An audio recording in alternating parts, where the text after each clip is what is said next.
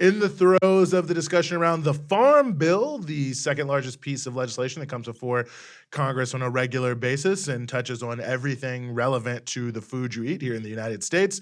And to discuss more about this bill, which is probably under-discussed in my view, we are very happy to be joined here by Jennifer Fahy, who is the Communications Director for Farm Aid. Jennifer, thanks so much for being with us. Thank you for having me. Well, we're very happy to have you here. And I guess maybe the best place I think to start is for those who maybe have no idea what the Farm Bill is or what's in it. And I know there's a lot in it, but maybe you could just give us some sort of basic pillars of what is being discussed and what the scale of it is. Well, the scale is huge. This bill touches every one of us. And as you say, it should be more discussed. It is extremely under-discussed in terms of how much impact it has on each of us in our everyday lives. So it covers everything from nutrition programs like SNAP and school food to climate, like farm production methods, which goes to climate change, which we're going to get into, I think. It goes to the kinds of services that the U.S. Department of Agriculture can give to farmers in terms of farm credit and programs that help them on their farms.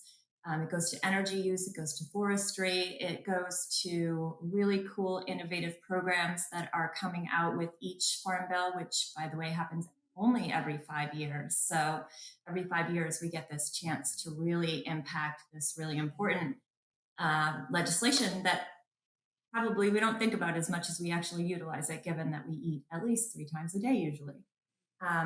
So there is a new farm bill coming this year, hopefully.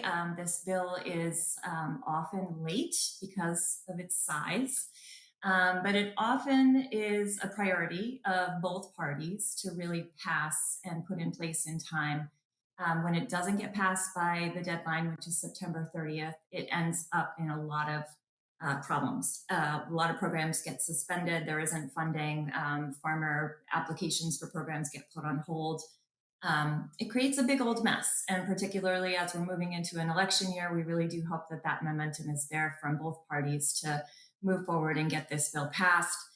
And not just passed for sake of passage, but really to, we hope, create some real change in our food and farm system. Well, so I know there's like so many different parts of this bill. It's like massive, like you said. And of course, there's a lot of lobbying taking place behind the scenes for various parts of this bill, of course, from like agribusiness. And we can get into that in other big industries as well. However, since you mentioned SNAP, let's start there for a moment. What's happening around SNAP in this bill? I mean, usually uh usually Congress is always trying to cut SNAP, but of course the benefits for SNAP I think increased because participation increased during COVID, but now we're not a COVID emergency anymore. So how is that playing out in conversations around this bill, and what may happen as a result of the constant desire to cut SNAP? Yeah. Great question. That's something that a lot of food and farm groups are really concerned about, and we're seeing it already. We're seeing it um, sort of what's playing out right now at the 2024 appropriations around agriculture is giving us a preview of what we're going to see in the Farm Bill. And that's that one party is very focused on just slashing spending everywhere. You know who that party is. and then we have another party that really is excited about using this Farm Bill as a chance to do what I think the Farm Bill was originally intended to do. The first Farm Bill was passed in 1933 in the wake of the Great Depression and the Dust Bowl. So it was a bill to help support farmers who were struggling and people, eaters, who were also struggling to afford food, as well as to address the Dust Bowl, this disaster. We have our own disaster right now, climate change. So there's a lot of parallels there. And if we think about the Farm Bill really being that mechanism to help us address some huge challenges, then there's a lot of opportunity there. Unfortunately, we are seeing that, nutrition, the biggest chunk of the Farm Bill, is being attacked. The Republicans want to slash that budget line item.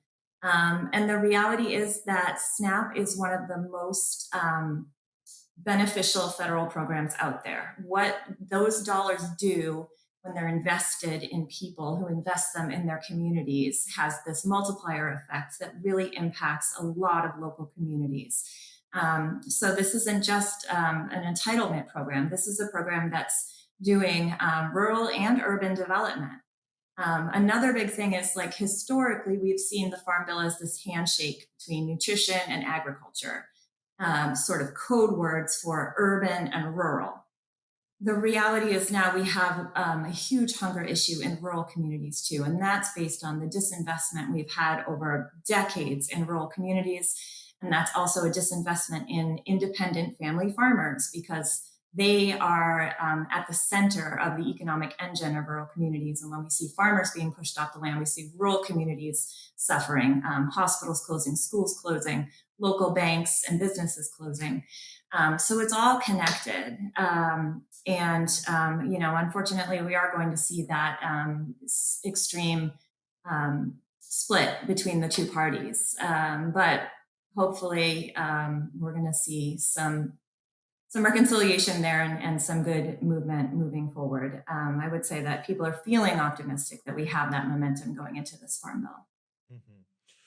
Well, some of the other issues, and I'm glad you brought up the challenges that are facing so many family farmers, because I think for a lot of people who aren't from, farm country, the way they sort of think about the farm bill, they maybe hear something about crop insurance, they hear something about commodity payments, and the perception is huge sums of money are going to farmers. And I think most people, when they think of farmers, think of small family farmers. But we know that there's also this other side of it, that small family farmers seem to be the people struggling the most in terms of our food production system. So what's going on with these various payments that farmers are either getting or not getting or eligible for? Because I think the popular perception versus the reality there is very different.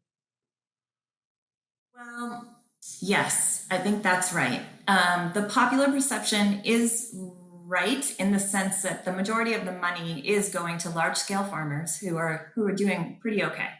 And there's I want to bring racial equity into this because that's one of our farm aids priorities for this farm bill and every farm bill. We have in our country a history of discrimination and racism, and that exists as well at the U.S. Department of Agriculture. Historically, Black farmers and farmers of color and women farmers and Native farmers have been prevented from accessing the same kinds of programs and payments and services that are available to white farmers. There were huge headlines when Donald Trump created a program called the Market Facilitation Program, which was in response to a pain that he brought on himself by going after China in the trade wars. And that program doled out $12 billion dollars. And afterwards, a review of that program found that 99.4% of that money went to white male farmers who were typically middle class, upper middle class, wealthy farmers. So we have a problem here, right? We know our agricultural system from the beginning has been built in a way that preferences white male farmers, and we have a lot of work to do. And so that's why we want to see racial equity and equity centered in this farm bill. We have a lot of work remaining to do to make sure that our farm programs, which are absolutely critical, these are not handouts to farmers, but really support for farmers who are doing incredibly hard work putting food on all of our tables every day. But that support needs to be more equally shared among all kinds of farmers, particularly new and beginning farmers who haven't necessarily had the opportunity to have land passed down to them and all that infrastructure that comes with farming that is essential to having people get started on the land. So that's one of the major things we want to see change is making sure that we have that equity and we have those programs in place to support small scale farmers and not just the large scale farmers that people tend to think about when they think of farmers. Well, let's talk a little bit more about that for a moment in terms of the sort of like massive agricultural companies. And what does a bill like this mean for those companies? I can imagine that like agribusiness is like lobbying massively to get as much funding as they can, while you're talking about these like small scale farmers that don't get as much. And maybe like I think there was some statistics on your website that you guys have like kind of showing how the amount of land for smaller farmers has decreased and the amount for like these bigger industries has increased. So there's that, but like why does that matter? Why should the average American care if these big, companies are eating up more and more land for what they're doing while smaller farmers are going out of business? We believe we need a diversity of farmers on the land. It comes back to our democracy. We want to see our land in the hands of many. We want to see our food in the hands of many. I think COVID, the pandemic, really gave us a great example of how our food system and the way it is so extremely concentrated can fail us, right? We saw those supply chains just crumble overnight. And many of us look to our local food systems, our local farmers, to find that safe and steady food supply that we could rely on when our grocery store shelves were empty. So, you know, it's kind of simple, but you're right. I mean, it's hard for people to grasp, and particularly now as more and more of every market gets gobbled up by big corporations, um, it becomes sort of like, okay, yeah, the reality, right? The status quo. But when we're talking about something like our food, it is so important that we have that level of diversity, that level of ownership by many, so that we're not just seeing our land gobbled up by one major corporation that's going to maybe farm in a way that isn't good for the land. I mean, one of the things that we're really focusing on right now is climate change. Um, Both in the ways that climate change impacts family farmers, who are now seeing that 100-year disaster each and every year, right? And so, how do they stay on the land? How do they face the day to day challenges of farming, in addition to having these extreme weather events that come in and wipe out everything they've worked for? Um, and we need those farmers to provide our food for us, and they're dealing with this extra challenge at the same time as dealing with climate change impacts. They're also probably our best solution on climate change. Farmers can farm in ways that actually help us put carbon in the soil and mitigate climate change impacts for all of us. So that's a major um, focal point for a lot of farm groups, including Farm Aid right now. Let's make sure that these farmers are able to survive and stay in business and stay on the land, so that they can then put these practices into place that are going to help all of us by creating more resilient land, helping to bring that carbon back into the soil, and helping to mitigate the overall impact of climate change on all of us. Mm. Well, Ronnie, I know you're tired of hearing me say this, but of course I am from Charlottesville, Virginia, so we know a lot about Farm Aid and the important work that you do to stand in the gap for so many farmers. So, for those who are maybe just hearing about this, where can they find your organization and more about what you're doing, both education and to advocate for farmers? Definitely check out farmaid.org. There's lots of information. There's our Farm Bill 101. So if you really want to get wonky, you can dive into each title of that bill and learn more and dig in more. Um, and we are best known, perhaps not for our wonkiness, but for our annual festival, which has Yes. been pretty close to Charlottesville and features a very famous Charlottesville resident, Dave Matthews. So our annual festival will be coming up soon. We hold it, we move it around the country. We hold it each fall, and we'll be announcing that information soon. So hopefully you can join us at one of those too. It's an incredible day celebrating the people that we exist to support, family farmers, and the good things that they bring all of us. Hmm. Great event, great organization. Jennifer, thank you so much for being willing to join us here on the Freedom Side.